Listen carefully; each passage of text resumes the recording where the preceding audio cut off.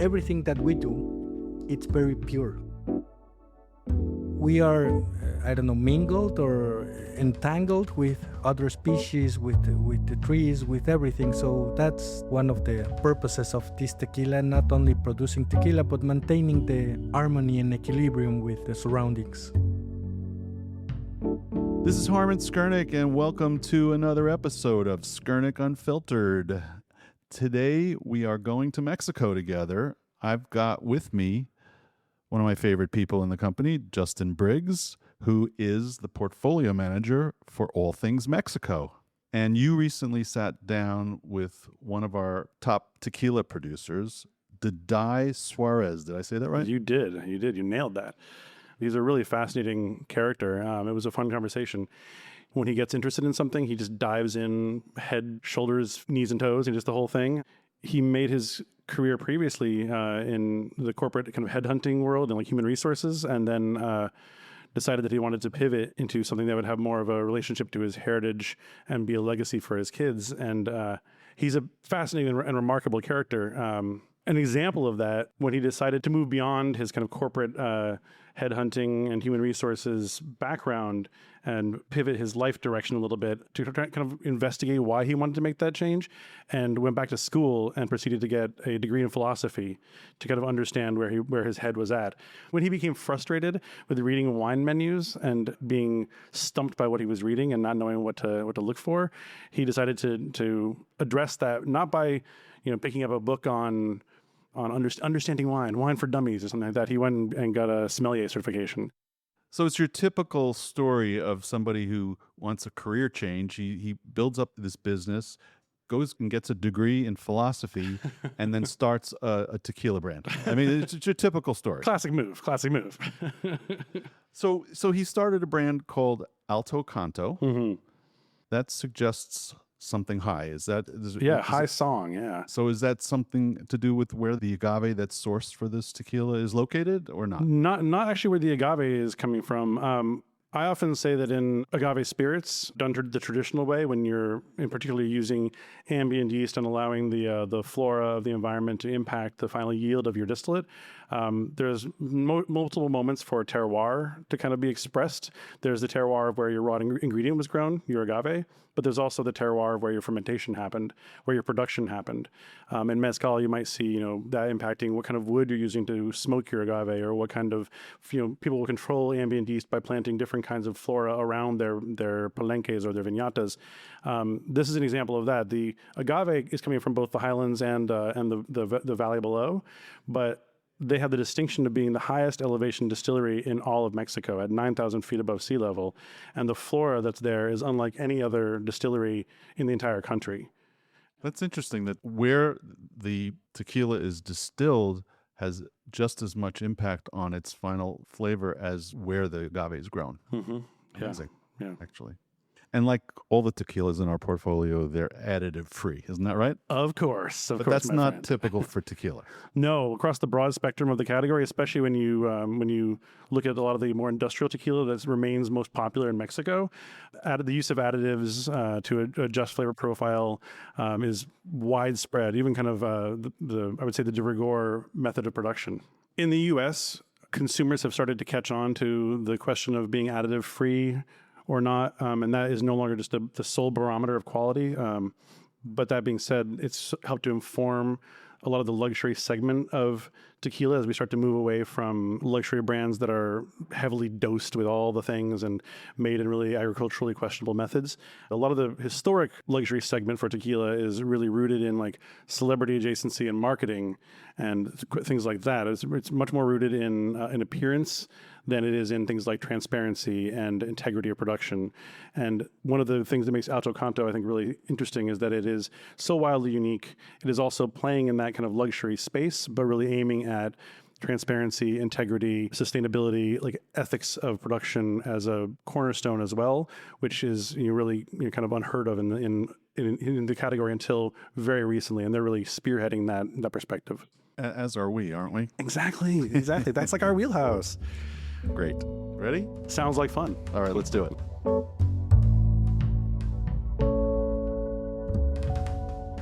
Hey there, everyone. I'm Justin Lane Briggs. I'm the portfolio manager for Mexican spirits for Skurnik Wines and Spirits.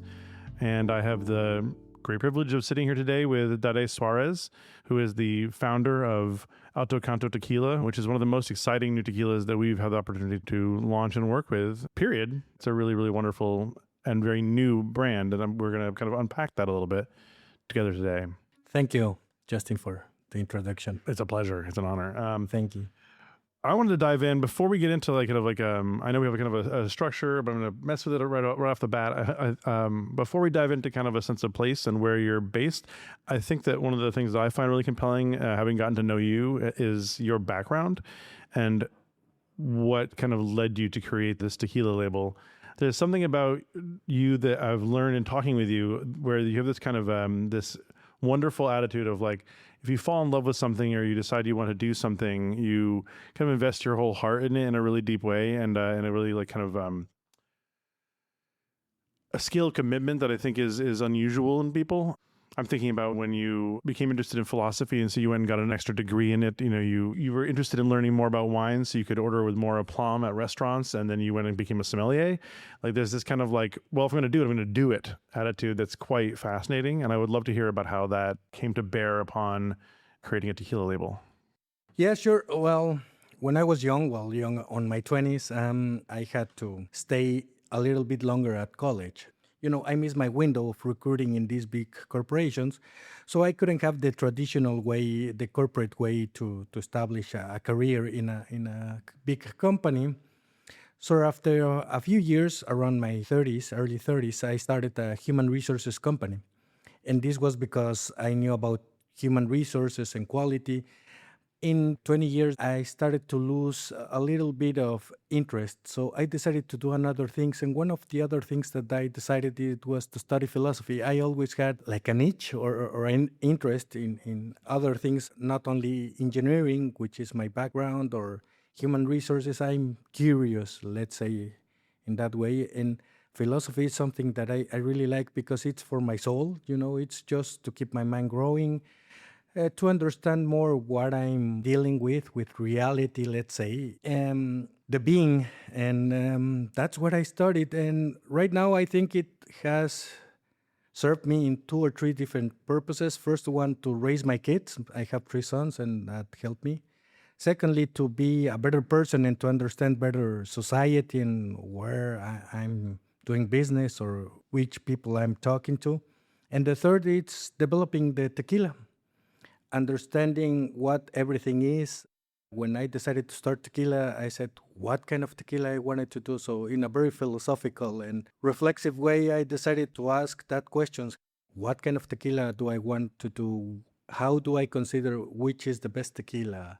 What's the purpose of doing a tequila? So I started to developing all these questions in my head and answering them. And mainly, I've been studying all the things that I like, and that's how I entered to tequila. But you know, a lot of people might start a tequila label and, let's say, happily contract from somebody well-established or even somebody kind of industrial. People might be very comfortable just launching a brand. And in very sharp contrast to that, you've gone ahead and built a brand new fabrica, a brand new distillery, but with intention and very clear design behind it. You've built it in a place where no one else is distilling. You've pursued all these things that are quite unique. And you've also pursued a lot of things that are very, very traditional and have like rooting in other productions that you admire. And so you're kind of like taking these 2 different things and like kind of really fully investing in them. Again, that sense of like, if you're going to do something, let's fully do it. And I guess I would like to hear about like how you came to, let's say, the choice of elevation. So for listeners out there, Daday's distillery is the highest elevation distillery in Mexico. In tequila, regarding it's the highest, and I think it's the 3rd or 4th in all over the world, so 9,000 feet above sea levels.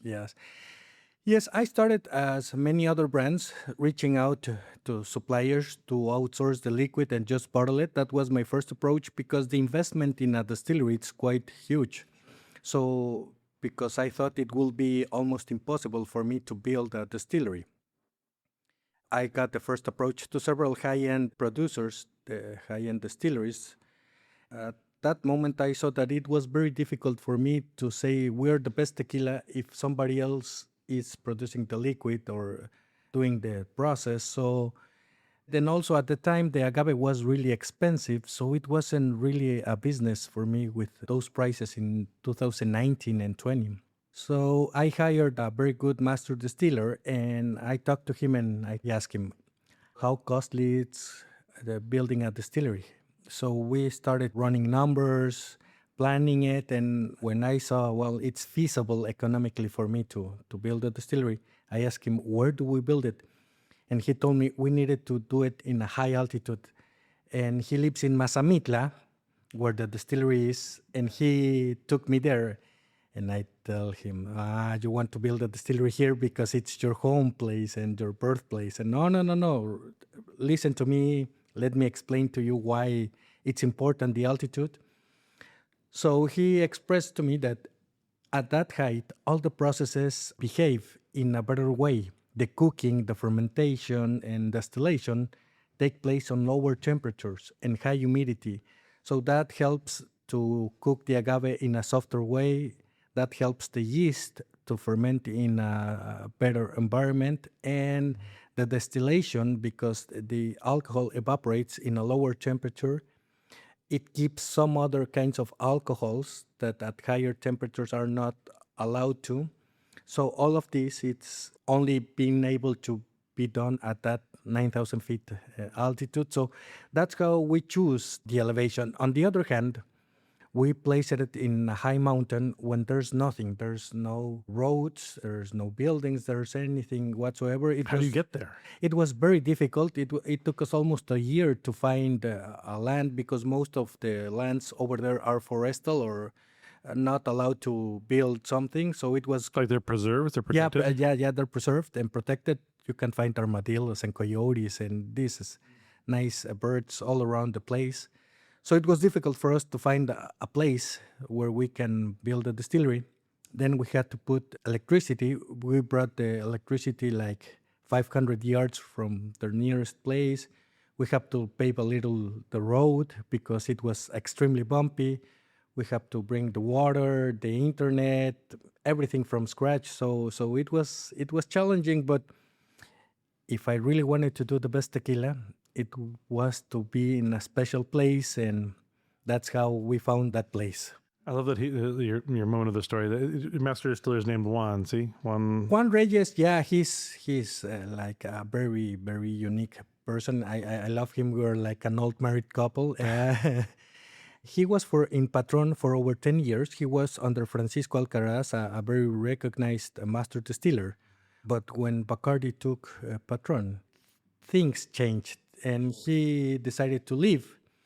And he left Patron, and 2 weeks later, I was interviewing him for a job. He already had been offered another position in another mezcal company. But at the moment, I interviewed him, and I started talking with him like you. And after 10 minutes, I say, you're hired. You're the guy. You're the one that I want. And we've been together since December 2018, and it's been an extremely fun and challenging ride because we both want to do the best tequila, but each one of us has a different path and different ideas. Yes. I was going to say, I love the moment of imagining him saying to you, we need to go high elevation, and you saying, okay. And then what we wind up with, which speaks to both, of course, where he's from, but also, again, to my mind, hearing it, kind of placing it in the narrative of how I see you, I suppose, sort of like, high elevation. I'm going to go fully into that too. Let's go 9,000 feet up. Let's just keep going. Exactly. I wanted more altitude, but it wasn't possible. But but I wanted more. So before I built the distillery, Juan has been working in many areas inside Patron. And I told him, do you know how to do tequila? But one thing, it's working in a huge company producing tequila. But the other thing, it's can you do from A to Z the whole process? So we built a micro distillery with a small copper pot, still a small oven. And how big was that first copper pot that you were playing with? 20 liters. So it was tiny. Yeah, just to know that. And we use a canoe, and we built a canoe. For those of you listening in who don't know, a canoe, you'd think of it like almost like a mortar and pestle. You'd use a mallet or a hammer or some sort of kind of almost like a giant baseball bat, and you kind of like mill it down by like mortar and pestle style, just pounding the agave away. Exactly. That's wild. Yeah, so we built that micro distillery at that high altitude to know if we were able to develop the tequila. So he came up to me with the first batch and he told me, "We nailed it. It's a beautiful tequila." And I drank it and I didn't like it. So I told him, "I'm sorry, but this is not good enough." And he did 16 or 17 batches. We tried different kinds of yeast processes, and at the end, wild fermentation. It was the flavor and the profile that we wanted, and I said, "This is it." The reason that I choose wild fermentation also, it's because of the nose. As a sommelier in wines, or for me, the nose is as important or more important than the taste of a wine itself. So we've been trained to be able to detect all the aromas and spices and fruits that a wine that delivers. So that's what I wanted to do with the tequila. And we use the top tier tequilas as a benchmark. So Fortaleza, Cascawin, G4, and I don't remember a couple more. We were using to test our profiles against them in a blind tasting, and we used another sommelier so we don't be biased about our tequila. And once I thought we were in that conversation, then I said to Juan, "We're ready to go and build a distillery." So first we try in a micro distillery. Funny story about that.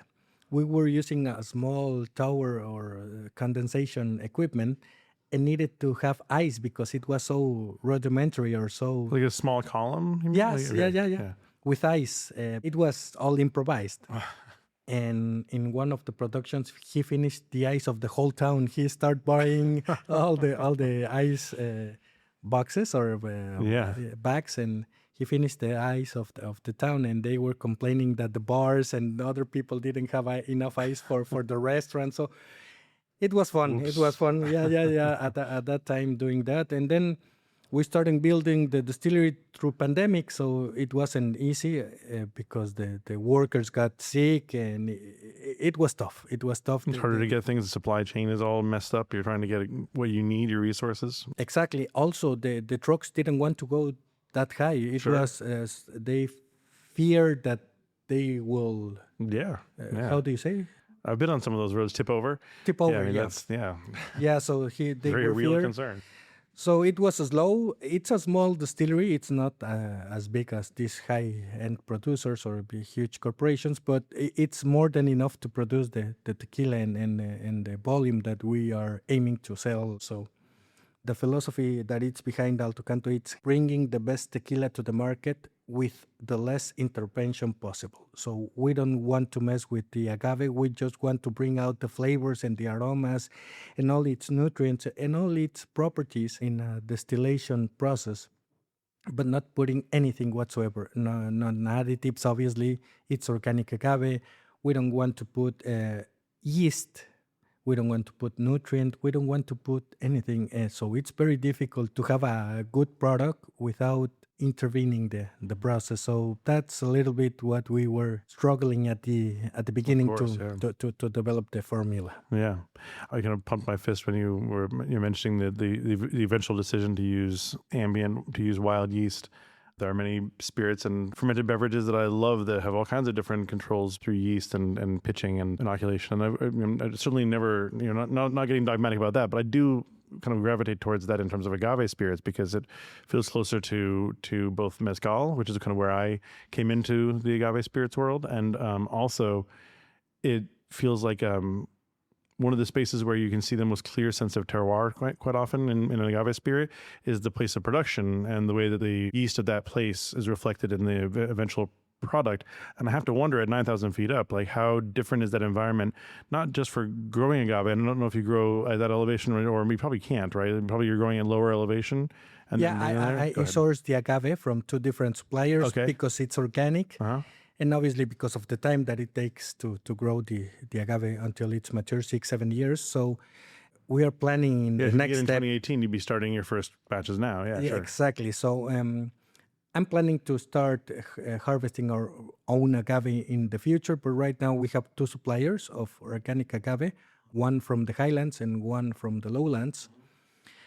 There are just a handful of organic agave suppliers in Mexico because it's not well recognized, the Sure. quality and that organic process. But yes, it's difficult to have yeast at that elevation. Yeah, I was imagining there must be less, not just agave, which it sounds like you're saying, you're agreeing, or you're kind of reinforcing my assumption that maybe it can't grow at that elevation. Does agave even grow at 9,000 feet up in your experience? No, there wasn't any problem. But Great. at the beginning, when we finished the distillery and we started to produce the first batch, Juan told me, I hope that it works. I hope it ferments. And I was, what? We just invested all this time and resources, and he didn't know if it was going to ferment. I've been spitballing this whole time.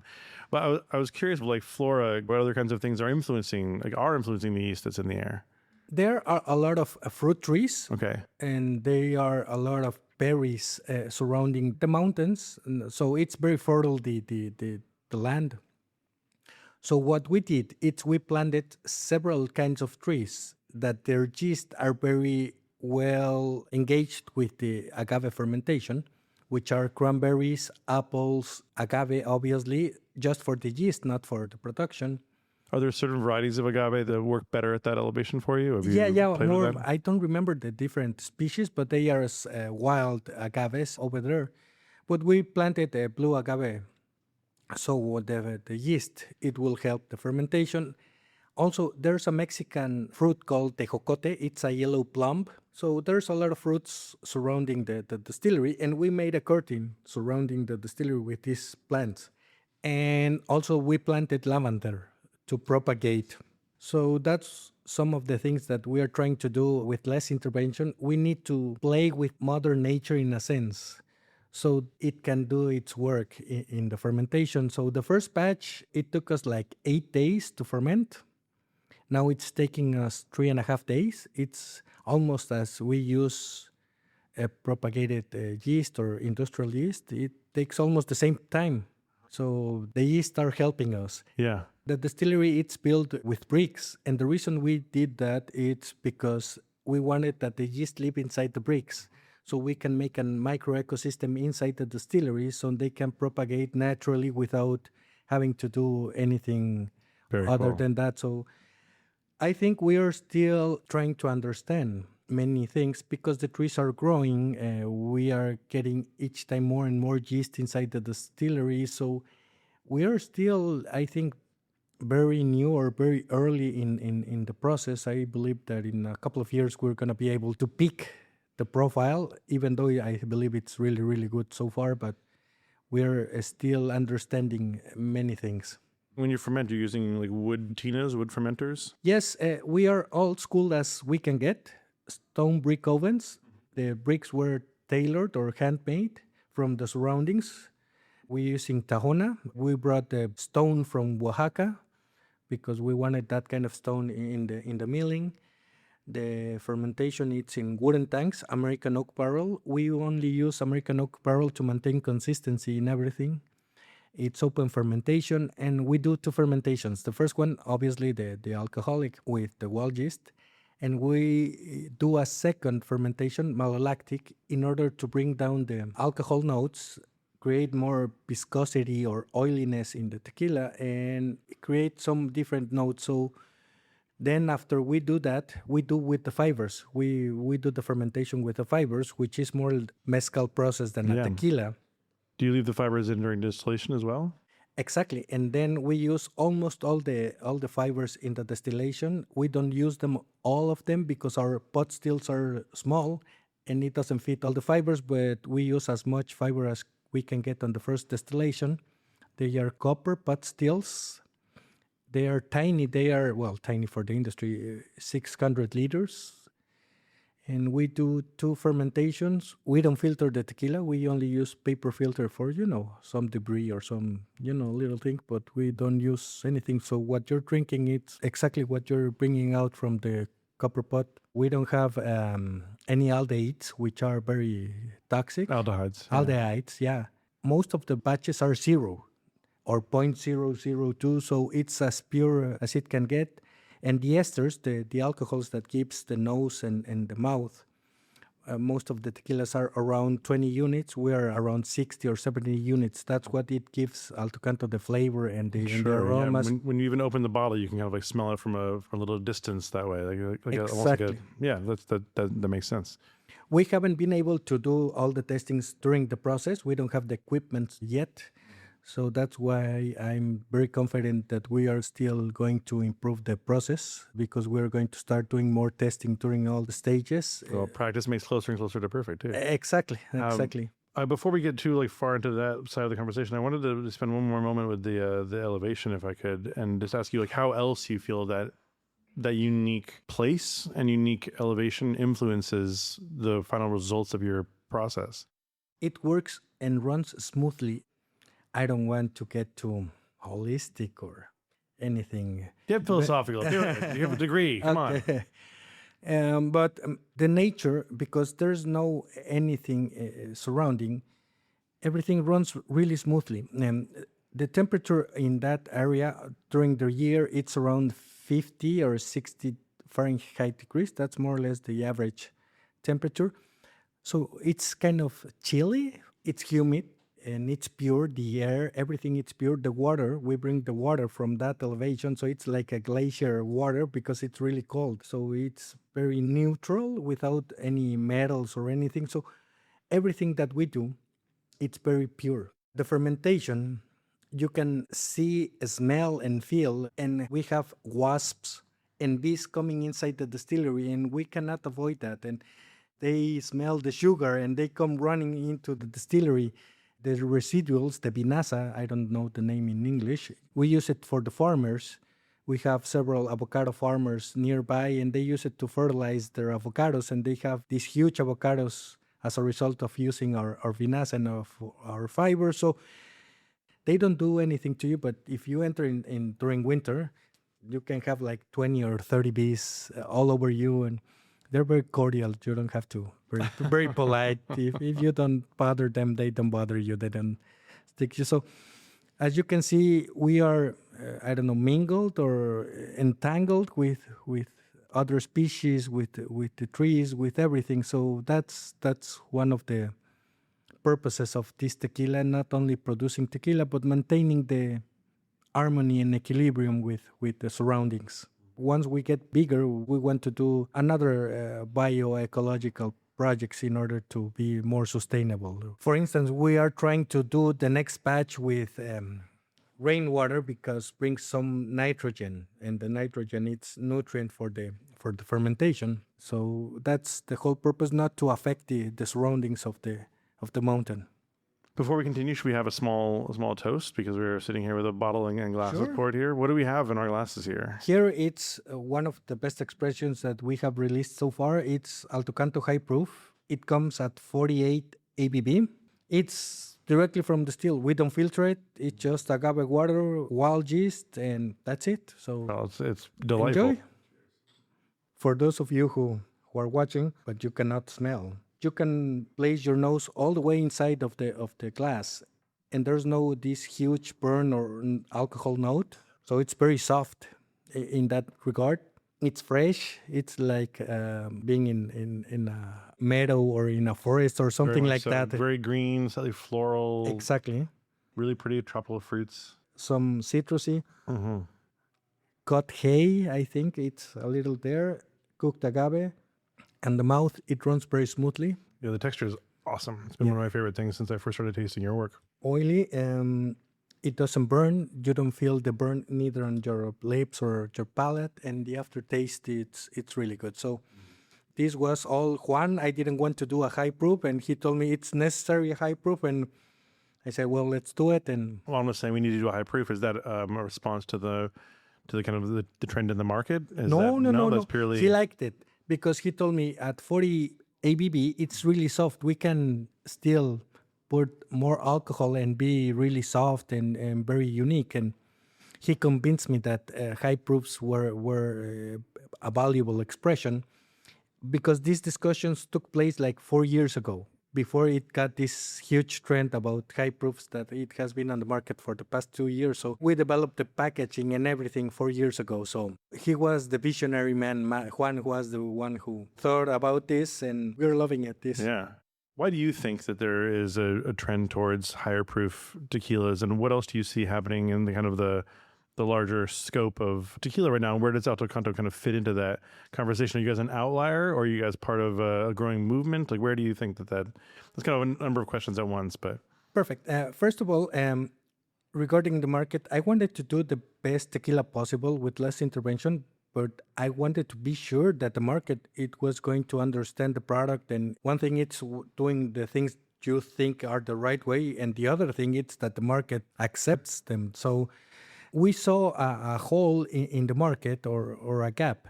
In a higher category, most of the brands are not as artisanal or high quality liquid. They are more focused on the branding and the lifestyle regarding tequila.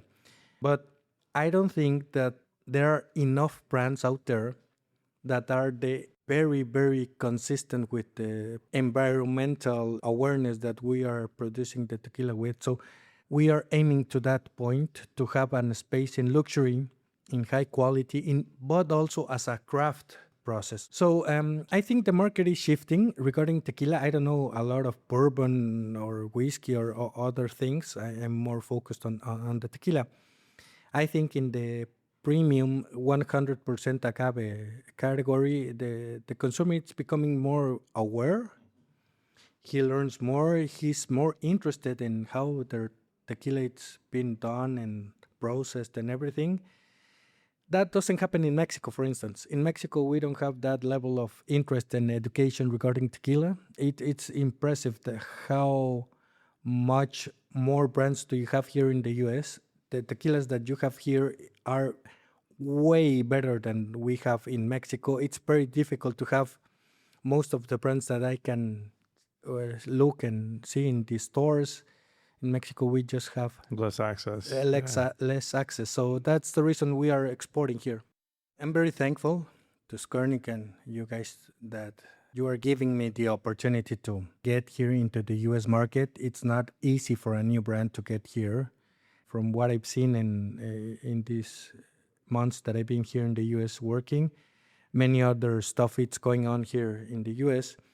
I don't know really how this is going to happen, but I hope for the best of the both of us, you and I, US and Mexico, because we are so close, not only economically, families, culture, traditions, many things. So I hope that after these bumps, we can get back to a steady relationship. Yeah, keep sharing the space, I agree. Yes, I think so.